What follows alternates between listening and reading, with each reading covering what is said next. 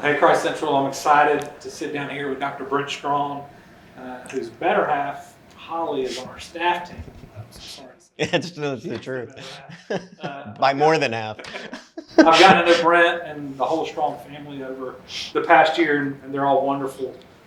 Brent is a professor of Old Testament and law at Duke Divinity. He's published many books and many articles. He really is a leading scholar in the field of Old Testament. I think you're all going to find Brent to be a phenomenal teacher who has a deep love for Christ and his church. And so we've decided to ask Brent to lead our church over the next 8 weeks in teaching the Apostles' Creed.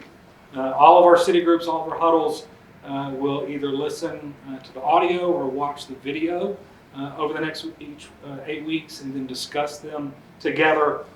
So the Apostles' Creed, if you know, is something that we as a church recite and confess together every Sunday in corporate worship. And so I thought it might be helpful, Brent, that if we began with just a very basic question. What is the Apostles' Creed? Well, I mean, that's a great question, Daniel. But since you said I was a professor, I wonder if we could step back and ask maybe a logically antecedent question, the prior question, which is, what isn't the Apostles' Creed? Maybe we could start there. Okay, sure. What isn't? Well, it's a fascinating question. Thanks for asking. I think that most fundamentally, what isn't the Apostles' Creed is, of course, everything that the Apostles' Creed isn't. So, I mean, if you think about it, that would include things like, pieces of gum, carpet, small rocks, window treatments, ice picks, really anything and everything that isn't the Apostles' Creed is, in fact, not the Apostles' Creed. Well, it seems a little obvious, wouldn't you say? Well, since you put it like that, yeah, I suppose it is. But if you want, we could press into it a little further. I mean, there's more aspects to it, I think. Sure, let's press in.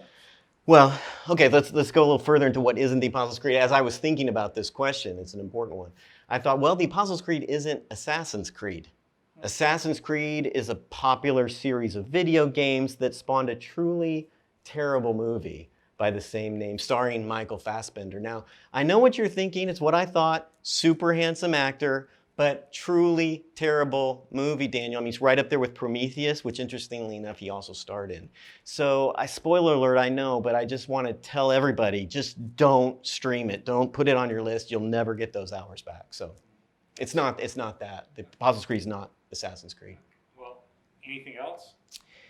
Well, I mean, yes, thanks. The Apostles' Creed is sometimes just called the Creed. It's kind of for people who are in the know, who are tight with the Apostles' Creed. You say, "What's up, Creed?" You call it the Creed. It's kind of inside language. So I thought, is the Creed? What isn't the Creed? Well, the Creed isn't the character named Creed in The Office. He's a very funny character. He didn't say much. Typically what he said was quite funny, though, but usually in a very creepy way. But the Creed is not the Creed from The Office. I think that's important to point out. And at the same time, the Creed is not Creed, the power rock band from the late 90s, which, as I recall, gave just a truly memorable performance one year at Dick Clark's Rockin' New Year's, starring Ryan Seacrest. Though this was pre-Ryan, because Dick Clark had not yet passed away. He was still with us. Of course, sadly, he's no longer with us. May he rest in peace with all God's saints in light. It's very interesting. Yeah, I think so. I think so. Quite interesting. But if we could get back to the Apostles' Creed proper. Okay. Doesn't the Creed speak of saints? It does. You know what you're talking about, Pastor Mason. I mean, this is not your first rodeo. You're tight with the Creed. I bet you call it the Creed.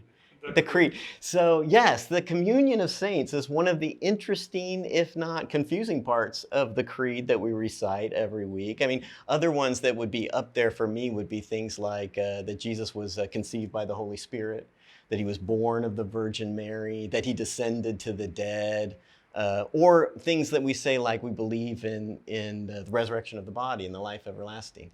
These are important parts of the Creed that cause us some questions and wonderings as we think about it.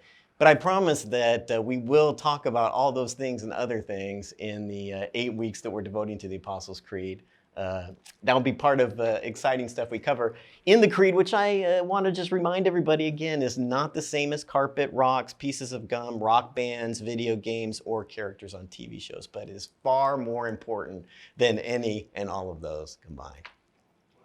There you go, Christ Central. Hope you'll join a city group or a huddle as we spend 8 weeks with Dr. Brent Strawn looking at the Apostles' Creed. Thanks.